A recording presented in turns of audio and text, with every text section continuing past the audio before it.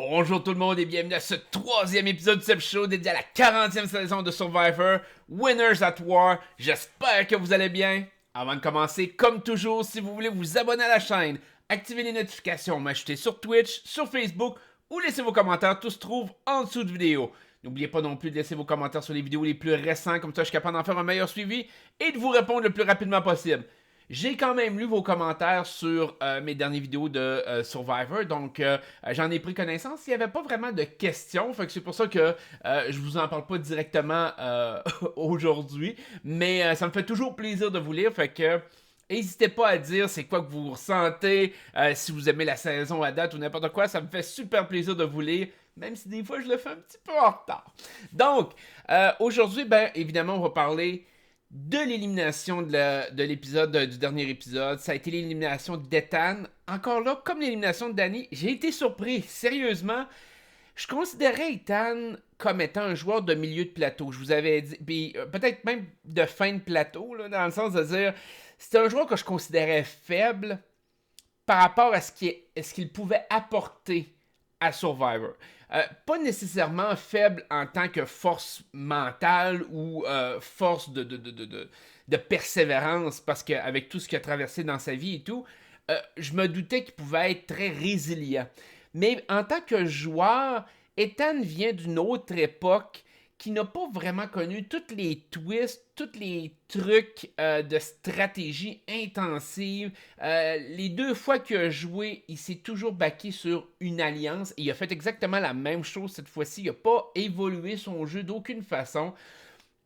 Mais d'un autre côté, je me disais, les gens risquent de se sentir coupables d'éliminer Ethan. Avec tout ce qu'il a passé, toutes les choses qu'il avait vécues, je voyais Ethan se rendre sans être éliminé peut-être au merge. Mettons, je le voyais facilement être peut-être 9e, 8e, un joueur de début de merge où ce que les gens auraient fait comme bon, ben on lui a fait vivre l'expérience, maintenant son alliance a été exterminée ou sa stratégie en est venue à une certaine conclusion, maintenant c'est le temps de l'éliminer.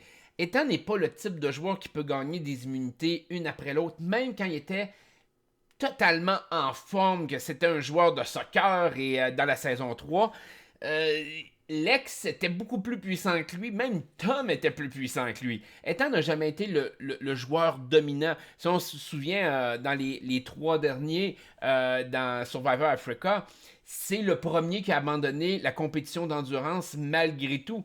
Donc, Ethan n'est pas une menace d'immunité en tant que telle, donc c'était relativement simple de le garder jusqu'au merge. Et il n'y avait pas trop de risques non plus. C'est le genre de joueur que tu ne veux pas garder à long terme. Rendu, mettons, dans les 5 derniers ou même les 4 derniers, tu as risqué de faire du feu contre lui. Mais au début du merge, ça fait un certain sens de le garder. C'est un gars loyal avec qui tu es capable de jaser, tu es capable de faire de la stratégie. Donc, son élimination est venue un petit peu de nulle part. Puis, plus l'épisode avançait, plus je voyais l'élimination d'Ethan possible, alors qu'au début de l'épisode, je le voyais pas partout. Et là, à un moment donné, je me suis dit, attends un peu, ils vont-tu réellement éliminer Ethan au-dessus de Rob et Parvati? Moi, je ne sais pas. J'imaginais ce scénario-là possible dans l'optique que les gens auraient peur que Rob ou Parvati ait une idole. Ce qui semblait pas être le cas, c'est pas un enjeu qui a eu l'air d'affecter d'aucune façon la stratégie des joueurs pour cette élimination-là, du moins. Et donc, on dirait que ça fit vraiment avec l'élément que je vous parlais un peu dans les derniers épisodes, c'est-à-dire que les joueurs tentent d'éliminer des joueurs plus faibles ou moins importants, puis garder des joueurs forts comme bouclier rendu au merge. Ça peut être dangereux si tu le fais trop longtemps.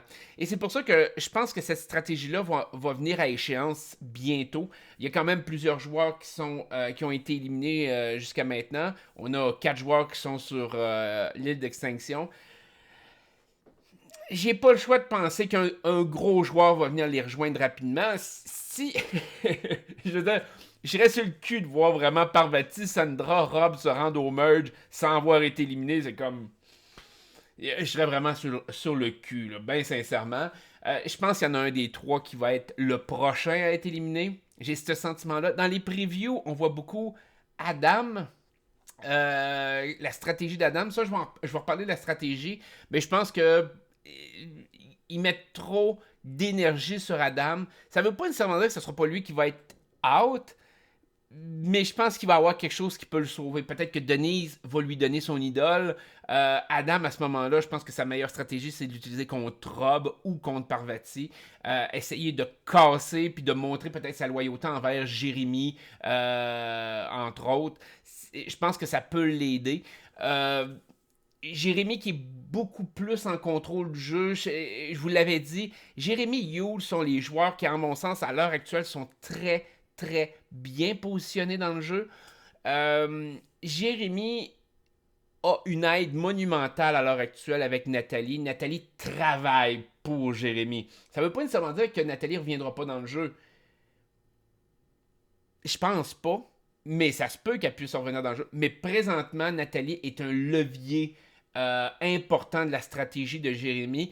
Et j'ai l'impression que Jérémy va vraiment utiliser ça. Et on vient avec le discours de Nick du premier épisode qui disait c'est la personne qui va utiliser le mieux les tokens durant le cours de son périple qui va gagner à la fin. Et là, présentement, Jérémy, il n'y a plus de tokens dans les mains, vraiment, si ma mémoire est bonne, ou il en reste peut-être un. J'ai pas calculé. Mais il y a les idoles et il y a certains pouvoirs grâce à Nathalie qui peut lui transférer des choses advenant que. Donc, Nathalie est vraiment comme un levier, sauf que Jérémy, là, à ce stade-ci, il faut qu'il ramasse des tokens s'il veut les transférer à Nathalie et aider aussi Nathalie de son côté, ne sachant pas trop ce que Nathalie peut avoir avec les tokens, comment que ça va jouer dans la balance pour revenir dans le jeu. Donc, pour ce qui est de la stratégie d'Adam, comment qu'Adam a joué sa game, présentement, on voit un peu une... Adam était vu, je pense, était vu un peu comme le deuxième joueur le plus insignifiant de la saison. C'est plate à dire. Je pense que la joueuse la plus insignifiante de la saison, c'est Michelle. Elle l'a même dit elle-même. Michelle ne mérite pas tant d'être là, bien sincèrement. Michelle est là... bon. c'est correct, là. Mais je pense que le public en général considère que Michelle n'a pas d'affaires là.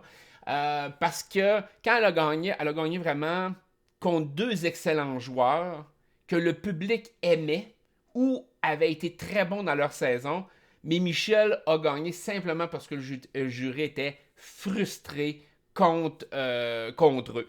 Et c'est un peu le même principe que Russell Hantz qui avait perdu contre Nathalie. Nathalie n'est pas là. Pourquoi? Parce que Nathalie n'a pas fait grand-chose. Malgré tout, je considère que Nathalie a plus fait que Michelle. Fait que de voir Michelle dans la saison, c'est comme... Mais bref, Michelle, en mon sens, c'est la joueuse qui est le plus en déficit par rapport aux autres gagnants. C'est pour ça que je la vois se rendre loin. À moins que la stratégie reste la même, c'est-à-dire d'éliminer les joueurs les plus faibles, un en arrière de l'autre. Alors là, Michel risque d'y passer éventuellement. Mais je vois vraiment Michel un peu comme une Erika ou Mike Boogie de Big Brother, du Big Brother All-Star. Adam était un peu l'autre joueur qui était dans ce déficit-là, parce qu'Adam a gagné, je dirais presque par pitié à la fin. Les gens...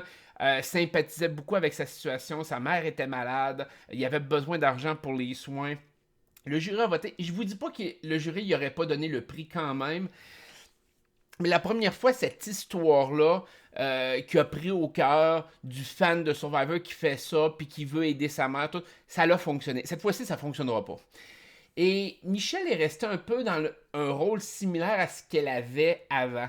Adam, lui, a voulu s'en sortir. A voulu se sortir de ce moule-là parce qu'il...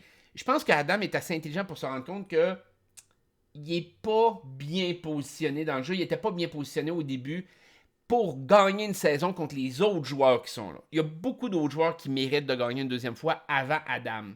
Donc, Adam a comme pas le choix de faire des moves. A pas le choix de faire certaines choses pour montrer sa puissance face aux jurés, rendu à la fin de dire, écoutez, j'ai fait telle affaire, ça m'a aidé dans le jeu, j'ai été capable d'écraser tel autre joueur, tel gros joueur est parti à cause de moi. Et Adam, je pense dans la situation, voulait avoir sur son tableau de chasse le fait d'éliminer Parvati. Parce que c'est impressionnant de dire « Je suis celui qui l'a blindsidé ». Puis en même temps, il voulait avoir la stratégie de dire « Je vais être capable de garder Rob de mon bord, puis c'est moi qui va manipuler Rob ». Hey mon boy, là, tu t'es surestimé, là. Je veux dire, je vous dis pas qu'un autre joueur ne pourrait pas atteindre ce niveau-là, mais Adam, il était hors de sa ligue. Donc, déjà d'éliminer Parvati puis de la blindsider aurait déjà été un bel accomplissement puis de convaincre les gens de voter contre Parvati. Sauf que c'est sûr que c'était pas la grosse stratégie du siècle, c'est pas d'avoir joué plein d'idoles ou des choses comme ça, mais c'était une stratégie qui aurait pu lui valoir un certain crédit. Il aurait pu ensuite de ça essayer de se rapprocher de Rob, utiliser Rob. Je pense pas que ça aurait fonctionné, mais c'est pas grave. Il aurait pu essayer après. Mais il a essayé de tout combiner ça ensemble pour obtenir du crédit et ça l'a complètement joué contre lui. Et maintenant, il est devenu une cible de on peut pas le truster, c'est un joueur faible, mais en même temps, il essaye d'être fort, il est chaotique dans ce qu'il fait. Même s'il se rend à la fin, je pense que dans la situation, de la façon qui a été montrée jusqu'à maintenant, depuis le début de la saison, je pense qu'il ne peut pas gagner. Dans le premier épisode, il était très à risque. Dans le premier épisode, sa survie n'a pas été vraiment en lien avec ses habilités à survivre, mais a été vraiment plus par rapport à la stratégie des autres joueurs qui ont voulu l'utiliser puis éliminer Nathalie de façon beaucoup plus stratégique, c'est-à-dire qu'ils ont voulu séparer Jérémy et Nathalie, puis comme on le voit présentement, ils ont peut-être bien fait parce que Nathalie et Jérémy se seraient tenus comme ça intensément, probablement jusqu'à la fin. Je vois pas Jérémy blindsider Nathalie, je vois pas Nathalie blindsider Jérémy, c'est une paire qui vient ensemble, c'est exactement comme Rob et Amber. C'est comme ça. Bon. Donc, je pense que c'était stratégiquement bon, mais ça revient avec le fait que Adam n'a pas survécu par lui-même. Dans la deuxième élimination, Adam n'a pas eu vraiment son mot à dire par rapport à l'élimination de Danny. Ça a été encore là l'effet de Rob.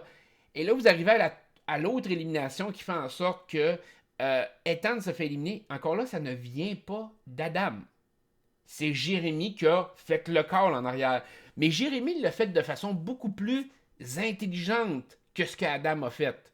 Il l'a fait, et présentement, Jérémy, on n'a pas l'impression qu'il y a du sang sur les mains ou quoi que ce soit. Il a fait son call, il a concentré les votes, du moins l'impression que ça nous donne, et il a éliminé le joueur que lui voulait voir éliminé. Que c'était stratégiquement bon de voir éliminer. Évidemment, là, on parle de Jérémy et Michel qui se sont jasés par rapport à ça. Là. Donc, ça fait en sorte que toute la stratégie, Adam ne l'a pas. Et là, il va être squeezé un peu entre les deux. Et là, c'est de voir qu'est-ce que Denise va faire par rapport à Adam. Parce que Denise est beaucoup plus stratégique, plus posée. La première élimination, elle savait qu'elle était à risque. Et quand elle est arrivée au vote de tribu, elle a été zen, elle connaissait sa position, elle n'a pas freaké comme peut-être Ben, Adam, Danny ont fait la paranoïa. C'est une joueuse beaucoup plus posée.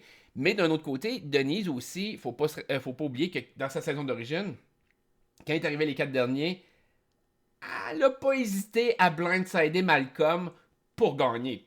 Donc, elle est prête à sacrifier un joueur qui peut être de son côté pour la victoire. Fait que ça, faut pas le perdre de vue. Adam a beau être proche d'elle, Denise n'est pas la plus fiable qui va emmener coûte que coûte la personne à la fin. Et c'est pas Colby Donaldson qui a emmené Tina dans Survivor 2. Là. On est loin de ça. Fait que de ce côté-là, je vous dirais, c'est... Adam va être un peu isolé. Et là, ça va être de voir la réaction de Denise. Parce que Denise peut peut-être le sortir de la merde. Denise est plus brillante stratégiquement, je pense, et plus posée. Va inspirer plus confiance que Adam. Adam, Présentement, il se brûle. Est-ce que ça fait en sorte qu'Adam va être le prochain à être éliminé? J'ai pas l'impression. J'ai l'impression qu'on risque de voir, si c'est du côté des Silly, on risque de voir l'élimination de Rob ou de Parvati.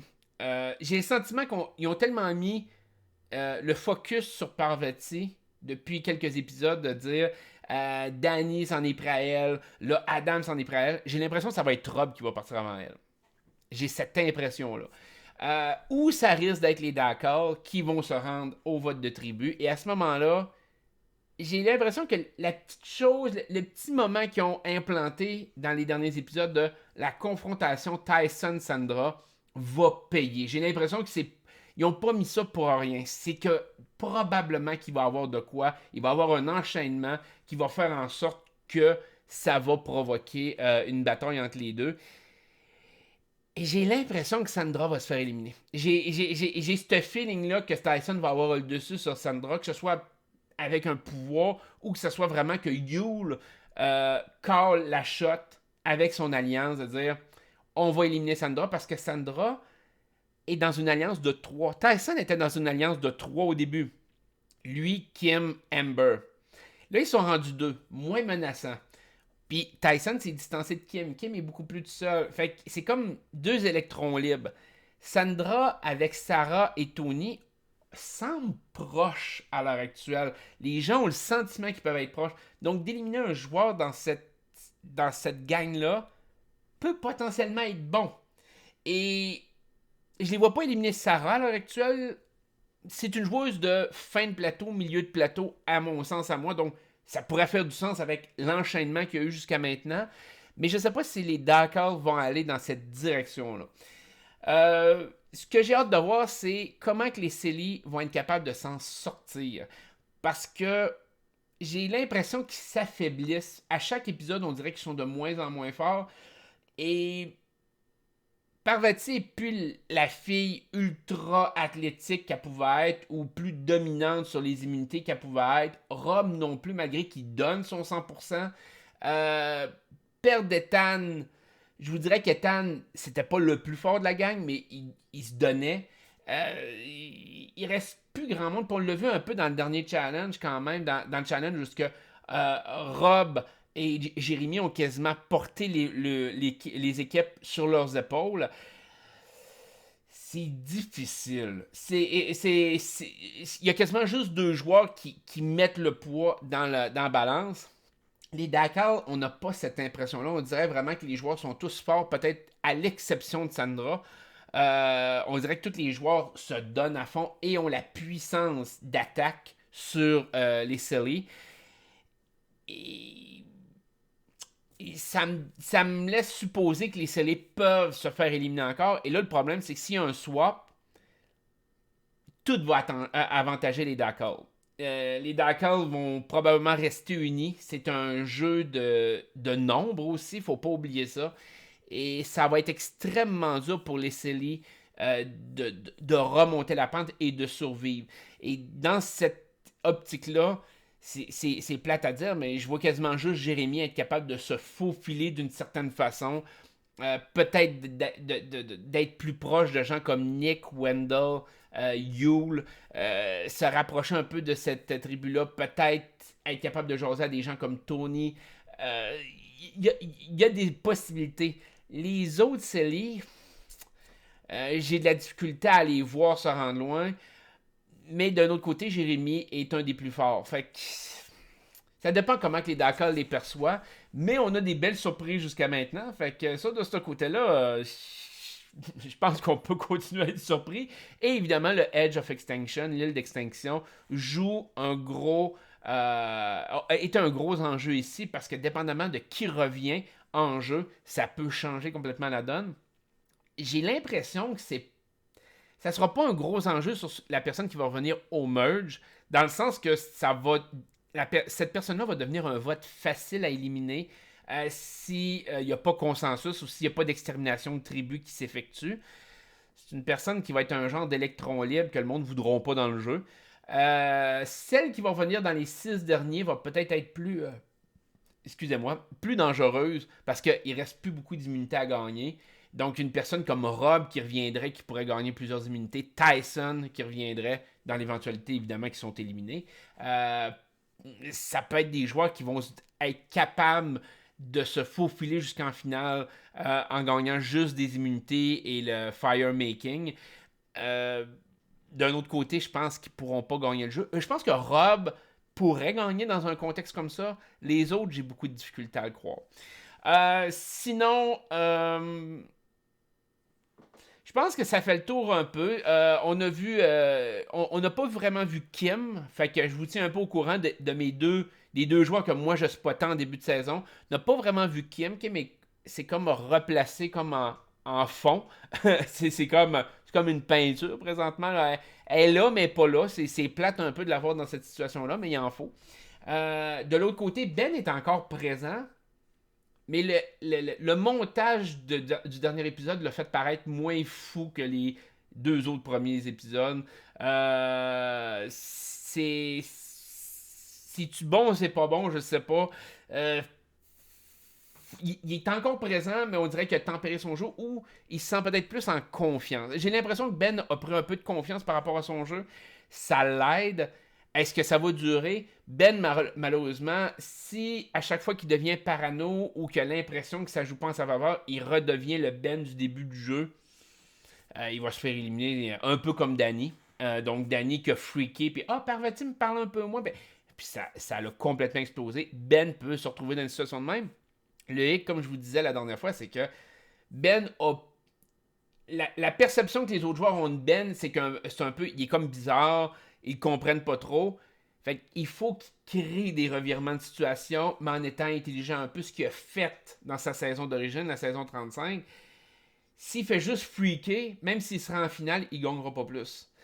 Et le sentiment que j'ai un peu, c'est que les Célis peuvent se faire exterminer par les Dark. Ça serait un scénario plate, en mon sens. C'est le fun de voir une équipe se faire exterminer un peu comme les Oolong dans la saison 10, c'est-à-dire que c'est une guerre intestine, puis l'équipe s'extermine elle-même, mais dans le contexte où ce qui risque d'avoir des swaps pour mélanger les joueurs, j'ai peur que les Célis se fassent éliminer un après l'autre dans les swaps. Ça va être des votes faciles et on risque d'avoir une tribu de Dakar beaucoup plus performante rendue au merge. J'ai cette impression-là. On voit que les Dakar sont vraiment comme, on dirait, une coche au-dessus des autres. Travaillent mieux en équipe. Est-ce que ça va éclater? On l'a vu dans la... c'était pas Island of the Idol, c'était... c'était-tu l'île d'extinction? Oui, c'était l'île d'extinction. Dans l'île d'extinction, il y avait eu un phénomène de même avec la tribu de Joe. Donc, on ne sait pas. Petite erreur que j'avais commis dernier épisode, dans le fond, la dernière fois que je vous avais jasé, j'avais dit que il y avait une stratégie d'un joueur qui avait juste 3 lettres. Je me souvenais pas du nom. Ben, je me suis trompé. Fait qu'il faut quand même que je vous le dise. Parce que moi, je parlais du gagnant Fabio. Donc, moi, je l'appelais Fab, je pense, à l'époque. C'était... Puis il y avait des gens sur des forums qui l'appelaient Fab. Et j'ai gardé comme cette pensée-là de 3 lettres. Mais c'était le joueur Fabio. Fait que c'était 5 lettres. Je tenais à m'en excuser. C'était une erreur que j'avais faite. Mais je disais que dans le fond, un peu... le gars fucké, crazy, qui avait gagné, genre, en sachant pas trop pourquoi qu'il se rendait à la fin, c'était ce joueur-là. Il s'était retrouvé contre deux joueurs qui étaient vraiment détestés dans sa saison. Lui, il avait pratiquement rien fait. Il était épais. Il était juste épais. Et donc, j'avais comparé un peu avec ce que Ben faisait, entre autres, ou des actions un peu irréfléchies. Que c'est possible, mais c'est extrêmement rare. Et dans une saison comme celle-ci, je pense qu'à la fin, les gagnants vont donner le crédit à quelqu'un qui a très bien joué sa game. Je pense que le jury va être capable de se détacher émotionnellement de la game puis va regarder objectivement ce que le joueur a fait. Et dans ce cas-ci, j'ai de la difficulté à avoir un joueur comme Ben maintenant réussir ou comme Kim, à moins que Kim surprenne, mais on n'a pas cette vibe-là que Kim va être une joueuse d'importance. On est comme... quand vous avez des joueurs comme Yule qui jasent à la caméra, Tony Rob, on dirait que c'est des joueurs qui ont le potentiel de gagner, qui pourraient gagner. Parvati, un peu la même chose. Sauf que Rob Parvati, je pense que ce que la production essaie de faire avec le montage qu'ils font, avec les discussions qu'ils ont avec nous autres, dans le fond, les confessionnals qu'ils ont avec nous autres, c'est de faire du fanservice. Ils nous donnent les grands favoris, ils nous donnent du stock par rapport à eux autres, mais ça sera probablement pas eux autres qui vont gagner. C'est juste parce on aime ça les voir, ils discutent, ils parlent de leur stratégie, de ce qu'ils pensent dans leur tête, puis des choses comme ça. Ça plaît au public. Je pense qu'il faut vraiment regarder vers autre chose. Il faut regarder vers des joueurs comme Tyson, il faut regarder comme des joueurs comme Yule, des joueurs comme, voyons, Tony. Tony est un peu fucké comme Ben, mais le monde le trouve drôle. Ce que Ben a pas comme avantage à l'heure actuelle. Faut regarder pour un joueur comme Jérémy. Je pense que c'est des joueurs qui, présentement, ils ont une belle image de potentiel gagnant. Les autres, Parvati, Rob, Sandra, j'ai l'impression que c'est du fanservice, ce qu'ils nous montrent. Et les autres joueurs, ils nous montrent quasiment juste du négatif ou de l'insignifiance. J'ai l'impression que les autres joueurs sont comme en dehors de ça. Je mettrais aussi, qu'on le veuille ou non, Tyson a connu ce moment-là qui a eu l'air un peu fou. Fait que de ce côté-là, peut-être que Sandra va avoir le dessus sur lui. Le seul doute que j'ai sur Tyson, c'est son confessionnal où ce qu'il parlait de comment que l'argent a changé sa vie puis tout. J'ai trouvé ça un peu weird dans le contexte d'un premier épisode d'une guerre de tranchées entre gagnants, bien sincèrement. Fait que c'est la seule chose qui me pèse un peu ses épaules de me dire Tyson pourrait peut-être gagner à la fin. Mais qui sait? Fait que on va continuer à suivre ça, puis je vais continuer à vous faire des vidéos à chaque semaine. Ou en tout cas, je vais essayer à faire chaque semaine. Des fois, j'étais à la dernière minute, comme là. Fait que, mais je tiens quand même à vous les faire et vous partager mon opinion. Si vous avez une vision différente de la mienne, ou si vous avez une vision complètement pareille que la mienne, n'hésitez pas, vous pouvez m'écrire, ça me fait super plaisir de lire vos commentaires. Donc, je vous souhaite une excellente journée, prenez soin de vous autres, puis on se dit à la prochaine. Bye bye.